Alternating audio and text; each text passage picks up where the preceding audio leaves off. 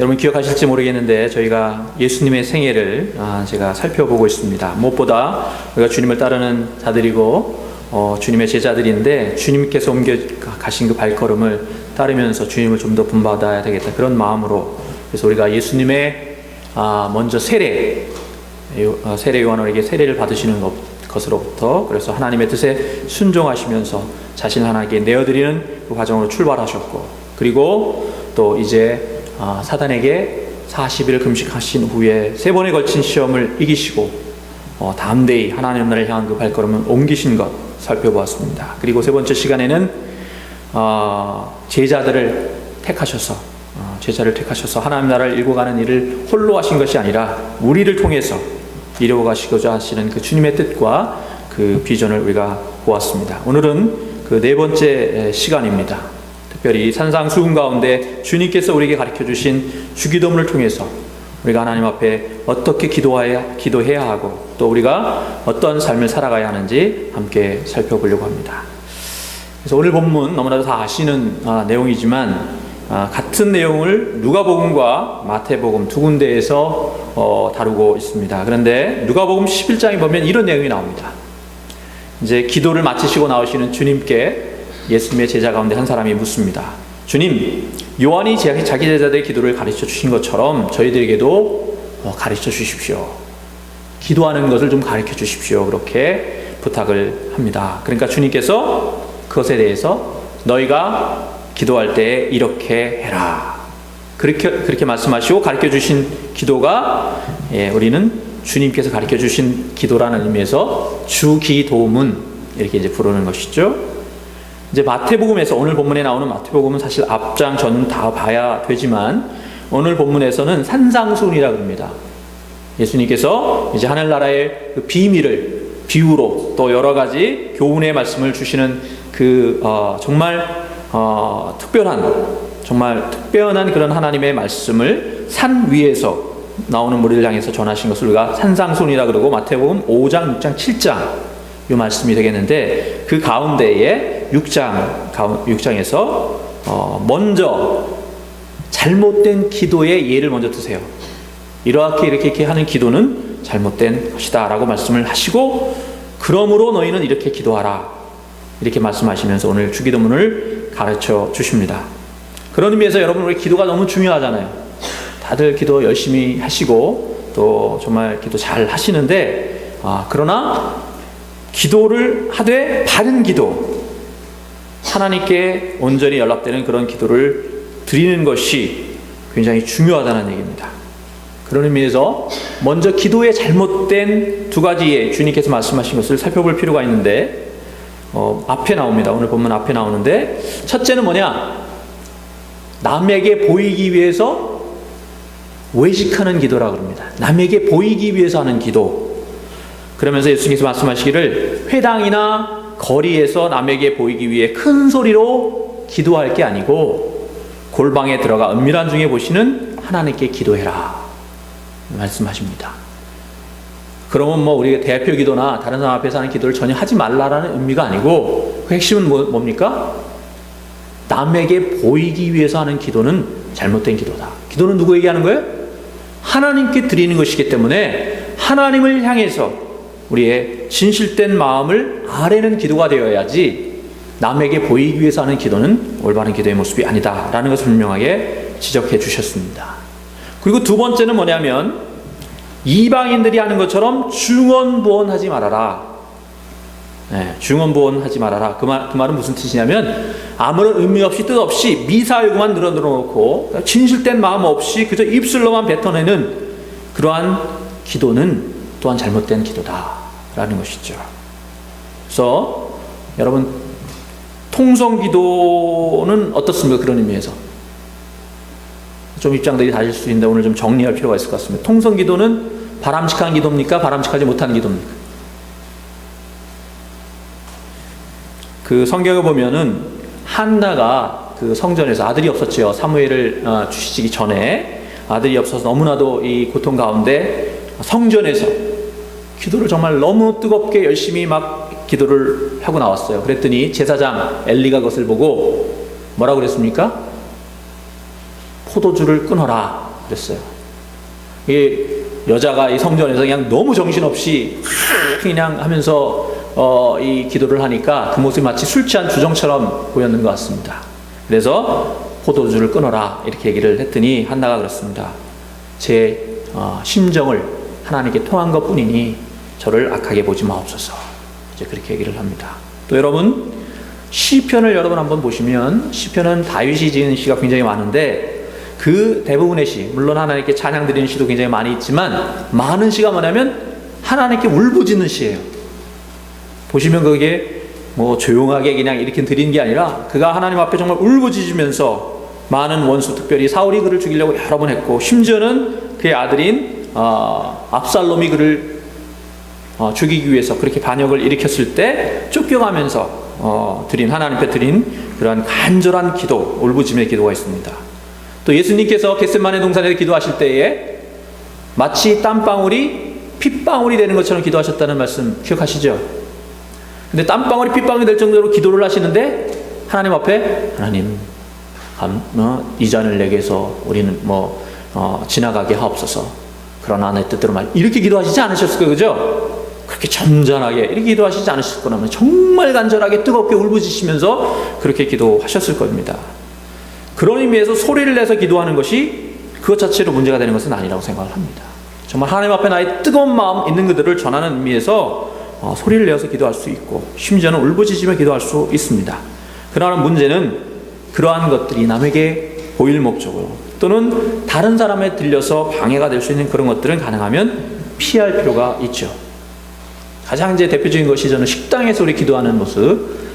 기도하는 것은 좋은 것이지만 다른 사람들에게, 특별히 믿지 않는 사람들에게 불쾌감을 줄 수 있는 경우에는 작게, 또 때에 따라서는 좀 약식으로 그렇게 기도하는 것도 필요하다는 생각을 갖습니다. 또 아울러서 우리 대표 기도들이라고 부르는데 바람직한 표현은 아닌 것 같습니다. 뭐 대표해서 기도한다. 그러나 우리가 기도 시간에 다 우리가 서로 소리 내서 기도하면 그 기도를 정확하게 들을 수가 없기 때문에 한두 사람이 대표로 기도할 수밖에 없는데 중요한 것은 진심을 담아 하나님께 기도 드리는 것입니다. 그리고 하나님께 드리는 것입니다. 사람을 보지 않고 하나님 앞에 드려지는 기도가 될 때에 그것이 진실된 기도가 되는 것입니다. 성경에 보니까 바리새인의 기도와 세리의 기도를 주님께서 분명하게 대조를 하시면서 누구의 기도요? 기도의 수준으로 보면 바리새인의 기도가 훨씬 더 아주 세련된 기도였을 거예요. 그렇죠? 기도에 엄청나게 훈련이 된 사람이니까 정확한 내용을 성경에 나와 있지 않지만 정말 세련된 기도를 드렸을 겁니다. 반면에 누구의 기도요? 세리의 기도는 정말 아무런 내용도 없었을지 모르겠어요. 그저 가슴을 치면서 뭐라 그랬어요? 주님 불쌍히 여겨주십시오. 하나님 나를 불쌍히 여기서 그거밖에 안 했다고 나와 있어요, 성경에. 그럼에도 불구하고 하나님께서 누구의 기도를 들으셨다고요? 세리의 기도를 들으셨다. 중요한 것은 우리의 진심이 하나님께 알려지는 것, 그것이 중요한 것입니다. 이것은 이제 기도에 있어서의 태도의 문제예요. 기도할 때 우리가 어떤 태도를 가지고 하나님 앞에 나아갈 거냐. 그러면 이제 구체적으로 주님께서 기도의 내용에 대해서 가르쳐 주셨어요. 우리가 어떤 내용을 가지고 기도해야 될 거냐. 그것을 오늘 주기도문을 통해서 살펴보려고 합니다. 주기도문이 어떻게 시작되죠? 주기도문은 어떻게 시작됩니까? 하늘에 계신 우리 아버지여, 이렇게 얘기를 시작이 됩니다. 먼저 기도의 대상을 분명하게 정하는 것이 필요한 것이죠. 다른 어떤 것에 하는 게 아니에요. 기도는 그 어떤 것에도 하는 게 아니고 분명하게 하나님 한 분에게 드리는 것입니다. 그런 의미에서 주님께서는 하늘에 계신 우리 아버지요 라고 기도를 시작하도록 그렇게 가르치셨습니다. 그러나 이것도 문자 그대로만 이해하면 안 돼요. 문자 그대로만 이해하면 안 됩니다. 왜냐하면 여러분, 하나님이 어디에 계세요? 하나님이 어디에 계세요? 모르세요? 하나님이 어디 계세요? 여기 오늘 주기도문에 보니까 하나님이 어디 계세요? 하나님 어디 계시다 나와 있어요. 하늘에 계신 우리 아버지요. 네? 하나님 하늘에 계세요? 그래서 그 우주인이 그러잖아요. 달나라에 갔더니 하늘 위에 올라갔더니 하나님이 거기 안 계시더라. 네. 문자적으로 이해하면 안 되죠. 문자적으로만. 이 말의 뜻은 뭐냐면 하늘이라는 건 당시 상황 속에서 모든 것을 살펴보실 수 있는 곳, 모든 것을 보실 수 있는 곳이 옛날에는 하늘이었잖아요. 그죠? 하늘이라는 의미가 우리의 모든 것을 굽어보실 수 있는 곳으로서의 의미가 하늘이에요. 그런 의미에서 하늘에 계신이라고 표현한 겁니다. 오늘날로 말을 바꾼다면 우리 모든 것을 살펴보시고 우리의 모든 것을 아시는 하나님 아버지, 이렇게 표현하면 오늘날 언어로 적당한 표현일지 모르겠습니다. 문자적으로만 이해해서는 안 될 텐데, 그리고 여러분 이 가운데, 이 부름 가운데 하나님을 아버지라고 부르도록 그렇게 주님께서 말씀하셨어요. 하나님을 아버지라고 부르도록. 그런데 이게 사실은 우리한테는 별게 아닌 것처럼 다가오는데, 옛날 홍길동전 있죠? 홍길동전 다 기억하시죠? 거기에 보니까 그 서자 출신인 홍길동이 아버지를 아버지라 부르지 못하고 형을 형이라고 부르지 못하니 뭐 그러면서 한탄하는 장면이 나오잖아요. 그죠? 그런데 예수님 이전에는 하나님을 아버지라고 부르는 건 상상도 할 수 없었던 일이에요. 하나님을 너무 거룩한 분으로만 봤기 때문에 하나님의 이름조차도 제대로 부르지 못했어요. 하나님의 이름조차도 제대로 부르지 못했단 말이에요. 그런 가운데에 그분을 아버지라고 불렀기 때문에 성경에 보면 예수님께서 십자가에 달리신 이유 가운데 하나가 참남죄예요. 그게 뭐냐면 하나님을 아버지로 부르고 있다는 거죠. 핵심적인 그 고도 내용 중에 하나입니다. 그런데 주님께서는 그 하나님을 당신의 아버지로 부르셨을 뿐만 아니라 우리들에게도, 그 제자에게도 아버지라고 부르라고 그렇게 명하고 계십니다. 여러분, 이게 어떤 의미가 있습니까? 하나님이 우리 아버지가 되신다는 것은, 그 의미는 우리를 그만큼 사랑하신다는 얘기예요. 뭐 우리 육체적으로 우리를 낳으신 분은 아닐지 모르지만, 그러나 우리를 그만큼 사랑하시고 우리를 위해서 모든 것을 주실 만큼, 그리고 우리의 기도를 응답하시는 그런 하나님이시라는 의미가 담겨 있는 것입니다. 그래서 마태복음 7장 11절에 이렇게 말씀합니다. 너희가 악한 자라도 좋은 것으로 자식에게 줄 줄 알거든 하물며 하늘에 계신 너희 아버지께서 구하는 자에게 좋은 것으로 주시지 않겠느냐. 하나님께서 우리에게 좋은 것을 주시기 위해서 준비하고 계시다는 거예요. 하나님은 우리 아버지 되신다는 거예요. 우리 아버지, 여러분에게 각자 사람마다 아버지가 갖는 이미지가 다를 수 있지만 어떻게 보면 어머니예요. 모든 것을 내어주실 만큼, 탕자의 비유에서 나오는 것처럼 그 아들에게 모든 것을 주고 아낌없이 내어줄 만큼 그러한 사랑의 하나님이라는 표현을 아버지라는 단어 속에 담고 있는 것입니다. 한 가지 더 여기서 보면 나의 아버지라고 가르쳐주지 않으셨어요. 우리 아버지, 하늘에 계신 우리 아버지. 저는 이것이 굉장히 중요하다고 생각을 합니다. 교회는 기본적으로 공동체적인 특성이 있어요. 하나님 나라도 마찬가지입니다. 많은 분들이 오해해요. 교회를 또는 하나님 나라를 내 욕심대로, 내 뜻대로, 마음대로 하는 것으로 이해하는데 그렇지 않습니다. 하나님의 나라는, 교회는 함께 세워가는 것이고요, 서로가 서로를 섬기고 양보하고 희생하는 가운데 세워져가는 곳입니다. 그래서 오늘 본문에도 보면 하늘에 계신 우리 아버지여 이렇게 부르게 할 뿐만 아니라 이어서도 오늘 우리에게 일용할 양식을 주시옵고 또 우리가 우리에게 죄 지은 자를 사해 준 것 같이, 그렇게 공동적인 표현을 쓰도록 가르치셨습니다. 그래서 우리가 분명하게 기억할 것은 우리 기도는 하나님 아버지께 드리는 것이다. 그리고 하나님은 우리의 기도를 정말 언제든지 들어 응답해 주시기 위해서 준비하고 계시다. 다만 문제는 우리가 하나님의 뜻에 맞는, 하나님의 뜻에 합하는 그런 기도를 드리는 것이 중요한데, 그래서 본론이 중요합니다. 어떤 내용을 주님께서는 우리로 하나님께 구하도록 하셨는가, 이제 본문을 통해서 살펴보려고 합니다. 그래서 이 주기도문의 본론은 크게 두 가지로 나눌 수 있습니다. 크게 두 가지로 나눌 수 있는데 9절과 10절 말씀, 그리고 11절, 12절, 13절 이렇게 나눠줍니다. 주님께서 먼저 그의 나라와 그의 의를 구하라고 하셨는데, 이 9절과 10절 말씀은 바로 하나님의 나라와 그의 의를 구하는 내용이고, 11절 이하의 내용은 우리들의 개인적인 필요를 구하는 내용입니다. 그래서 먼저 이렇게 시작되죠. 하늘에 계신 우리 아버지여, 이름이 거룩히 여김을 받으시오며, 이름이 거룩히 여김을 받으시오며, 그리고 나라가 임하시오며, 그리고 뜻이 하늘에서 이루어진 것 같이 땅에서도 이루어지이다. 이게 세 문장입니다. 세 단락입니다.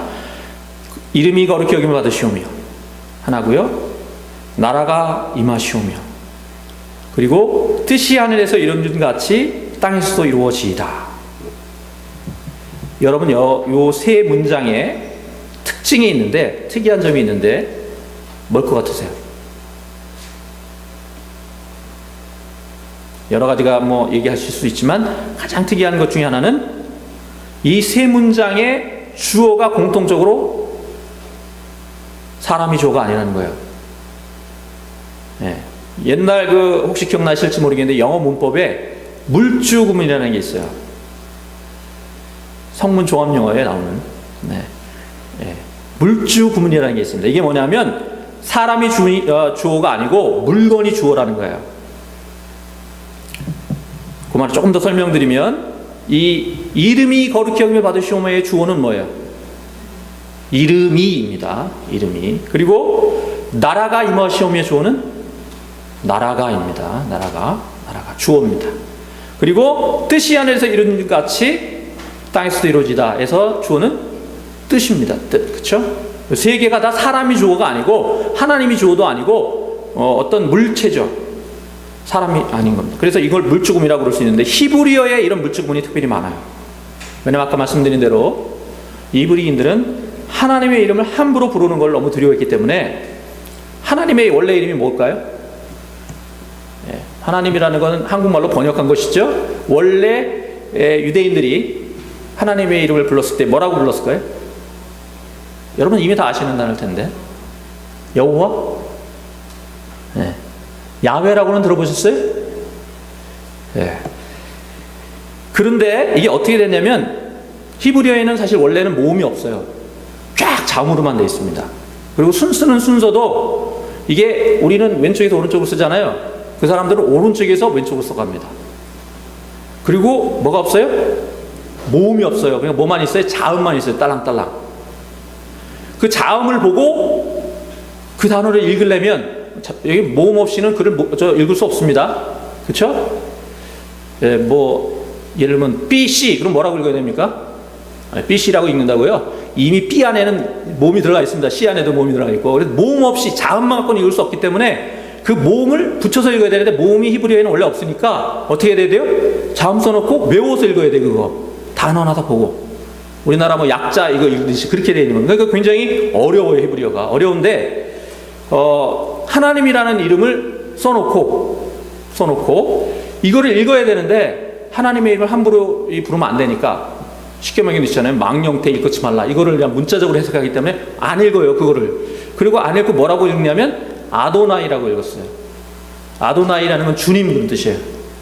하나님의 원래 이름은 있었는데 그거를 써놓고 읽을 때는 망령태 읽지 않기 위해서 그냥 아도나이 그렇게 읽었습니다. 그리고 세월이 한참 흘렀어요. 이제는 뭐라고 불렀는지를 잊어버린 거예요. 아무도 아는 사람이 없어요. 그래서 나중에 학자들이 이거 과연 원래 어떻게 불렀을까 연구하다가 처음에 나온 게 뭐냐면 여호와예요. 여호와라고 불렀을 것이다 라고 학자들이 밝혔습니다. 그런데 그 뒤에, 그게 한 1950년대 60년대까지는 그랬던 것 같아요.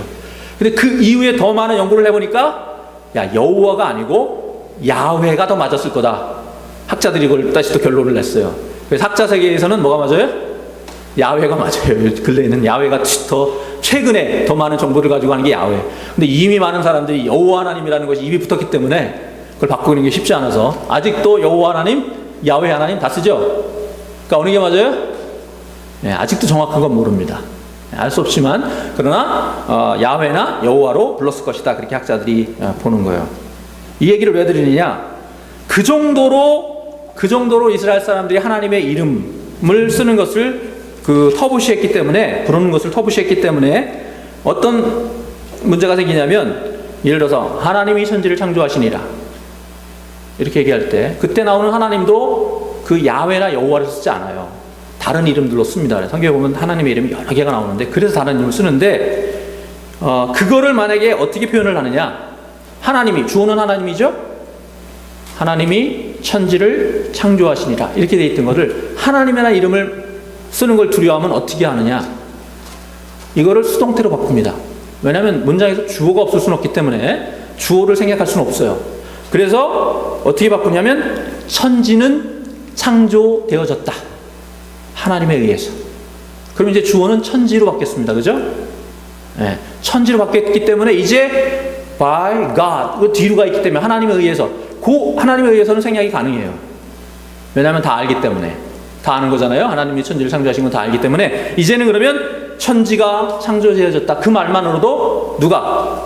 하나님께서 이 천지 만물을 창조하셨다는 걸 다 알게 되는 거예요. 그래서 히브리어에는 그러한 출발로부터 해서 수동태와 물주구문이 많아졌는데 그게 바로 오늘 본문에 나오는 주기도문에서도 나오는 겁니다. 사람이 주어가 아니고 물건이 다 주어요. 그래서 이름이, 나라가, 뜻이 주어입니다. 근데 여기서 우리가 문화 차이, 언어 차이를 이해를 할 필요가 있어요. 좀 딱딱하고 어렵나요? 좀 아셔야 돼요. 이게 뭐냐면 우리나라 말에는 물주구문이 별로 없어요. 물건을 주어로 해서 잘 쓰지 않습니다. 수동태도 잘 쓰지 않습니다. 우리나라는 수동태 문장이 잘 없어요. 있긴 하지만 잘 쓰지 않습니다. 그래서 이 문장을 그대로 만약에 번역해 놓으면 그냥 단지 뭔가 그렇게 되기를 바라는 막연한 소망 정도를 담은 것으로 그렇게 우리에겐 이해가 됩니다. 그래서 주기도문을 암송하면서도 아무런 감동이 없는 거예요. 아무 느낌이 없는 거예요. 왜냐하면 그냥 이름이 거룩히 여김을 받으시오며, 막연하죠. 그냥 이름이 거룩히 여김을 받으시오며 나라가 임하옵시며. 그런데 히브리어 또는 헬라어에서는 이 물주구문은 사람이 주어가 되는 것보다 훨씬 더 강한 의지 그리고 강한 소망이 담겨있는 표현이라고 합니다.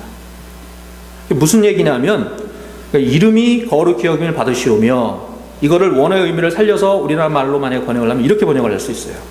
하나님, 제가 하나님의 이름이 거룩히 여김을 받도록, 그 이름이 높여지도록 그것을 위해서 제가 모든 것을 걸겠습니다. 그러니까 우리는 그냥 이름이 거룩히 여김을 받으시오면 이렇게 해설하지만 원래 담긴 의미는 그렇다는 거예요.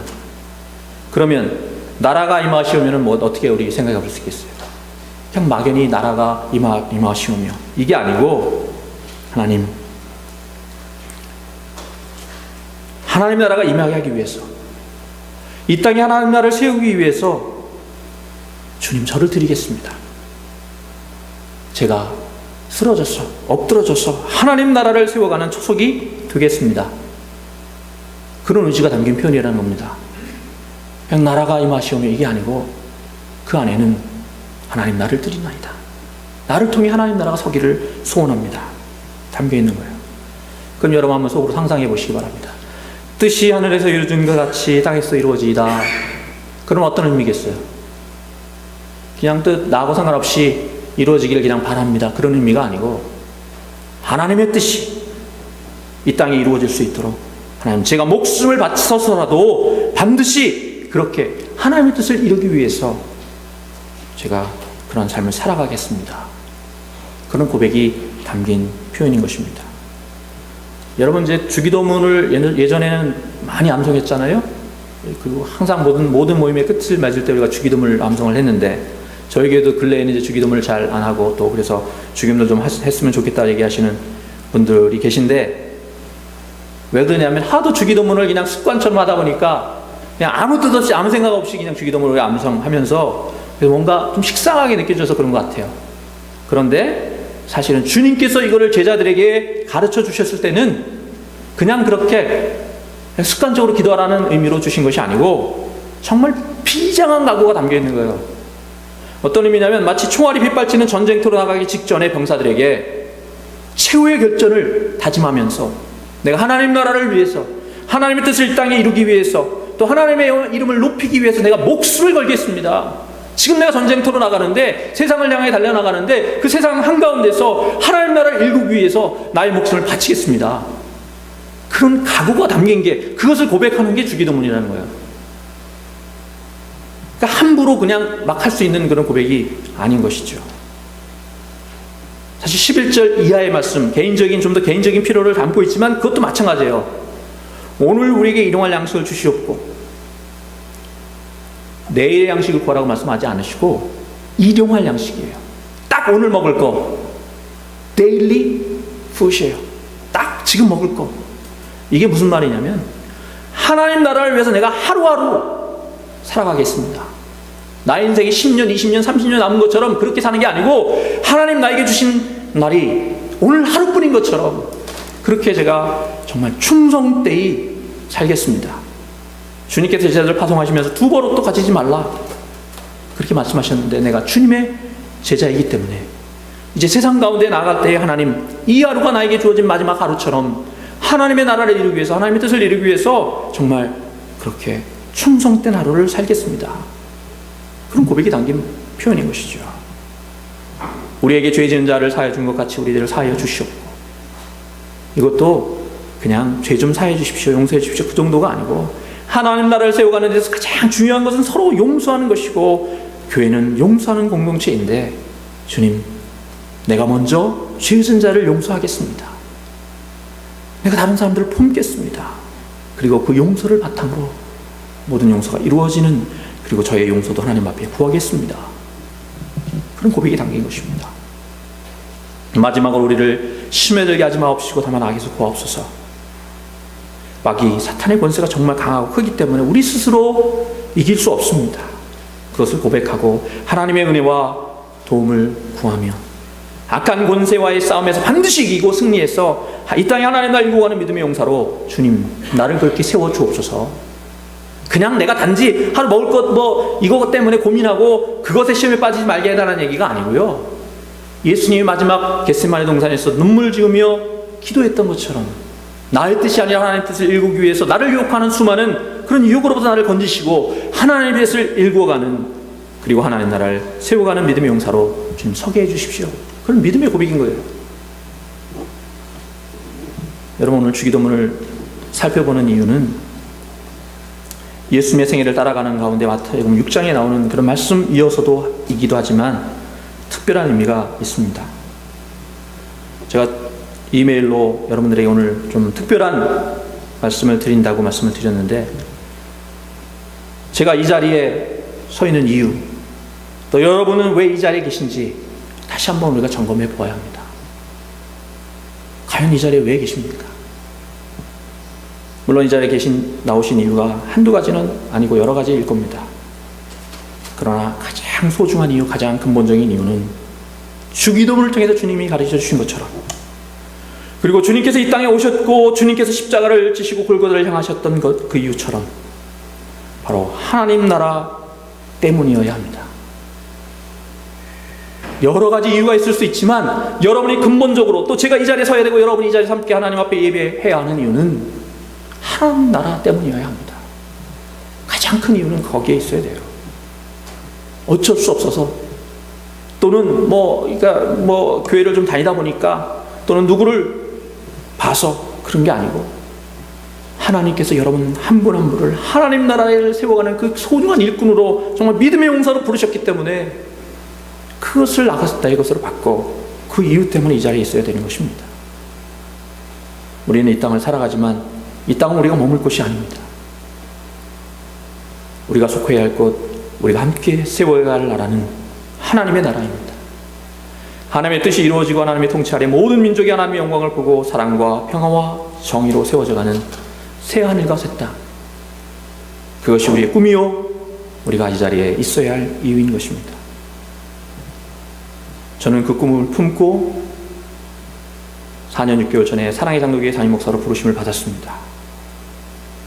그리고 지금까지 작지만 그렇기 때문에 더욱더 한 영혼을 귀히 여기는 그러한 교회로 또 작은 자, 세상에서 소외하고 무시당한 그런 사람들까지 기꺼이 품어낼 수 있는 교회로 또 세상의 뜻, 장로의 뜻, 목사의 뜻, 누군가의 뜻이 아니고 오직 하나님의 뜻이 세워지고 이루어지는 그런 교회를 지향하며 함께 걸어왔습니다. 교회 연합과 통합은 그 과정 속에서 작은 이미 교회를 섬기면서 세상을 향한 구체적인 선교와 섬김의 사역을 제대로 할 수 없는 그런 안타까움이라고 외쳐대지만 실제로는 자신들의 유익을 구하기에 급급해서 늘 갈등하고 싸우고 갈라서고 헤어지는 찢어지는 한인교회를 바라보면서 너무나도 안타까운 마음에 그 사명 조금이나마 우리가 감당하겠습니다. 그 마음으로 우리가 적극적으로 추진해 왔던 것입니다. 쉽지 않았어요. 사실 주야한교회와 통합을 시도하기 전에 다른 몇 차례 우리 시도를 했는데 변명의 여지가 없습니다. 제가 부족해서 오히려 더 많은 아픔을 갖고 깨어졌습니다. 그때 우리 정 목사님 만나게 되었고 주야한교회의 개척 목적이 저희 사랑의 장로교회 갖고 있던 목적과 일치했기 때문에 교단을 넘어서 함께 예배하며 하나님의 길을 걸어왔습니다. 저는 교단이 다른 게 더 의미가 있다고 생각했어요. 오늘날 교단주의가 너무나 저는 문제가 많이 있다고 생각했습니다. 교단이 있고 하나님의 나라가 있는 게 아니고 하나님의 나라를 위해서 교단이 필요할지는 모르겠어요. 그런 의미에서는 교단이 다른 게 더 의미 있다고 봤습니다. 한편으로 저희 교회보다 작기 때문에 막 개척된 교회이기 때문에 제가 그리고 저희 교회가 더 많이 양보하고 희생하면 이제는 절대로 깨지지 않겠다. 다른 분들하고 다른 교회들하고 해보니까 그렇더라고요. 우리 교회가 더 양보하고 희생하면 깨어질 일은 없을 것이다. 그래서 그런 쉽지 않은 결정을 내렸습니다. 그리고 지금까지 쉽지만은 않았지만 서로에게 많은 것을 배우며 정말 아름답게 함께 섬겨왔습니다. 분명한 것은 하나님 나라에는 장로교인이나 감리교인이 들어가는 게 아니죠. 하나님 나라는 주야한교회만 들어가고 사랑의 장로교회는 안 들어가고 그것도 아니에요. 하나님 나라는 예수 믿는 사람들이 들어가는 나라입니다. 그런데 현실적으로 보니까 서로 다른 전통에 부부도 마찬가지죠. 완전히 다른 전통에서 다른 이 가정 형편에서 자랐던 사람, 수십 년을 산 사람들이 같이 살게 쉽지 않잖아요. 이 교단은 더 큰 것 같아요. 교단의 차이가 굉장히 오랫동안에 지켜온 그런 상황 속에서 두 시스템을 가진 교회가 그대로 두 시스템을 유지하면서 가는 게 현실적으로는 거의 불가능에 가깝다는 사실을 깨닫게 되었습니다.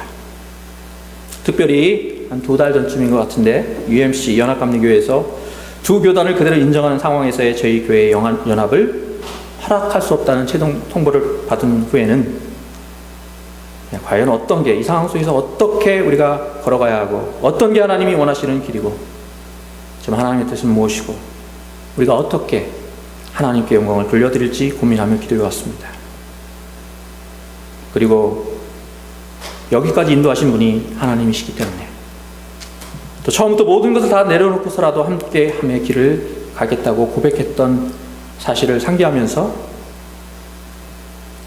저는 부모님 때부터 몸담았던 장로교단을 떠나서 감리교로 트랜스퍼하는 것도 심각하게 고려하게 되었습니다. 그리고 하나님께 모든 것을 맡기고 기도해 왔습니다. 그러는 중에 몇 주 전에 올라 감리사님, 이 지역 연합감리교회 감리사님이신데 그분으로부터 UMC 파송을 수락할 의사가 있는지 물어오셨습니다. 그리고 지난 월요일 올라 감리사님과 함께 몬트레에 있는 가난연합감리교회 평신도 지도자들을 만나게 되었습니다.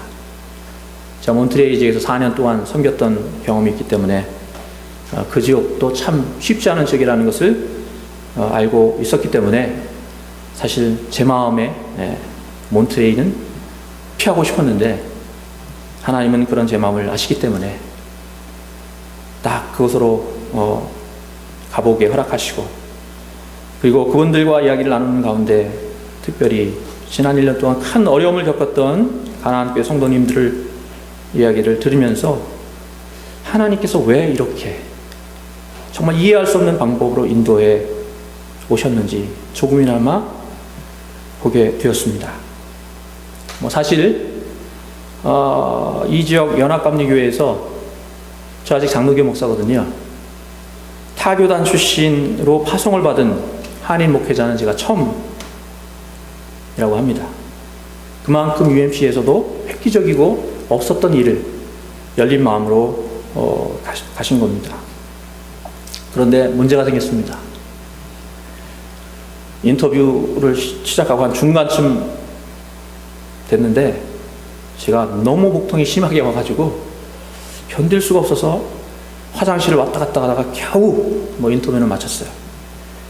복통이 너무 심해가지고 집에 올 1시간 반 걸리잖아요.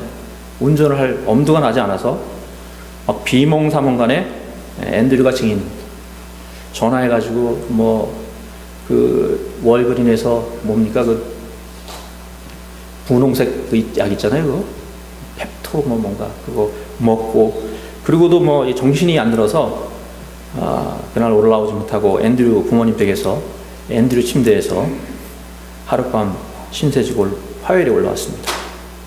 그리고 일주일 내내 속이 좋지 않았고 지금도 속이 편치 않습니다. 제가 특별히 잘못 먹은 것도 없습니다. 근데 배가 이렇게 정말 아파 본 것은 언제였는지 기억도 나지 않습니다. 그래서 왜 제가 그럴까 생각하는 중에 감히 비교할 수도 없죠. 그러나 예수님께서 겟세마네 동산에서 정말 아파하시고 힘들어하셨던 그 예수님을 떠올려 봤습니다. 그래서 예수님께서 왜 과연 그렇게 고통스러워하시고 아파하셨을까? 흔히는 예수님도 인성을 입으셨기 때문에 죽음의 공포와 그 고통 때문에 그러셨을 것이다. 그렇게들 얘기를 하시더라고요. 근데 제가 생각해 봤어요. 예수님은 하나님의 아들이시잖아요. 그리고 그 사명 때문에 이 땅에 오신 걸 아셨어요. 그리고 죽은 자도 살리셨고요. 사실 다시 사실 것도 모르셨어요? 아셨거든요. 그런데 그 죽음의 고통 잠깐 권하는 것이 너무나 두려워서 그 정도로 그러셨다라는 것은 납득이 되지 않았습니다. 그러다가 성경을 다시 보면서 묵상하면서 죽음의 고통은 제자를 두고 떠나는, 특별히 아직은 자신을 스스로 설 수 없어 보이는 그 제자들을 두고 가는 그 마음이 실제로 예수님이 십자가를 지시고 돌아가신 후에 다 흩어집니다. 그런 제자들을 남겨두고 떠나시는 그 마음이 정말 어려우셨던 것은 아닐까, 그런 생각을 해보았습니다. 감히 비교할 수 없지만, 또 여러분은 어떻게 느끼실지 모르지만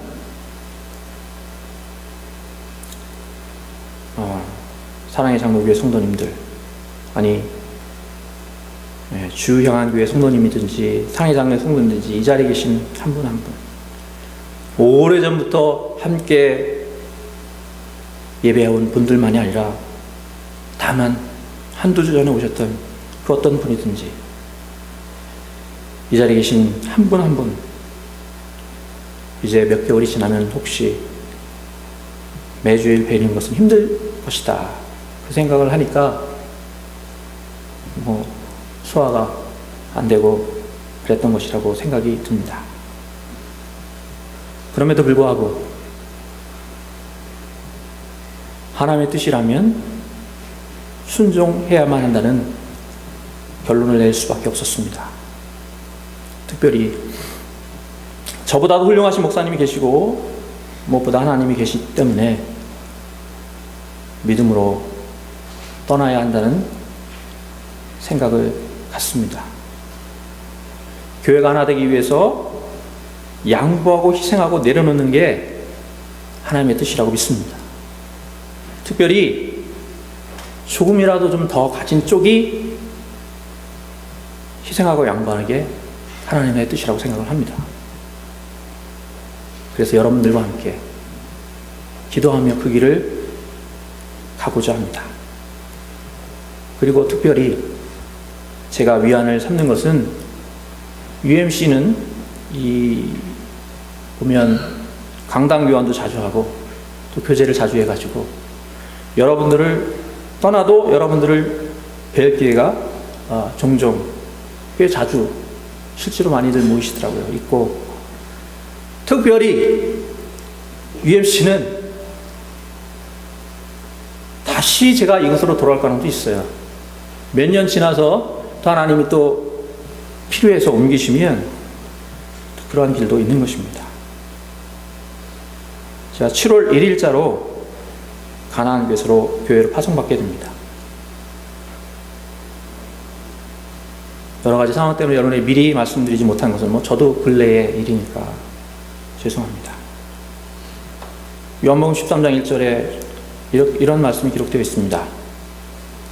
6월절 전에 예수께서 자기가 세상을 떠나 아버지께로 돌아가실 때가 이른 줄 아시고 세상에 있는 자기 사람들을 사랑하시되 끝까지 사랑하시니라. 사실 지난주 이제 월요일 날 인터뷰를 갈 사실을 알았기 때문에 지난주 주일부터 여러분들 뵈면서 똑같은 여러분들인데 제 마음에는 너무나도 여러 가지 마음감이 교차했습니다. 그러나 분명한 사실은 주님 안에서 한 형제 자매 되게 하신 여러분들을 끝까지 사랑할 것이라는 사실입니다. 우리가 주기도문 믿음으로 고백할 수 있기를 바랍니다. 말로만이 아니고 정말 하나님 나라가 이루어질 수 있도록 하나님의 뜻을 이루어내기 위해서 나를 내어놓고 내가 죽고 그렇게 기꺼이 순종의 길을 걸으며 하나님 나라를 땅에 세워갈 수 있는 저와 여러분이 되시기를 소원합니다. 사람을 보지 마십시오. 당장의 눈앞에 보이는 이익에 매달리지 마십시오. 멀리 하나님의 나라, 하나님 앞에 내가 섰을 때 하나님, 제가 하나님의 뜻을 이루기 위해서 하나님 나라를 세우기 위해서 깨지고 부서지고 그렇게 상한 몸으로 주님 앞에 섰습니다. 주님, 나를 받아주옵소서. 이런 고백 드릴 수 있는 저와 여러분 되시기를 주님의 이름으로 축원합니다. 기도드리겠습니다.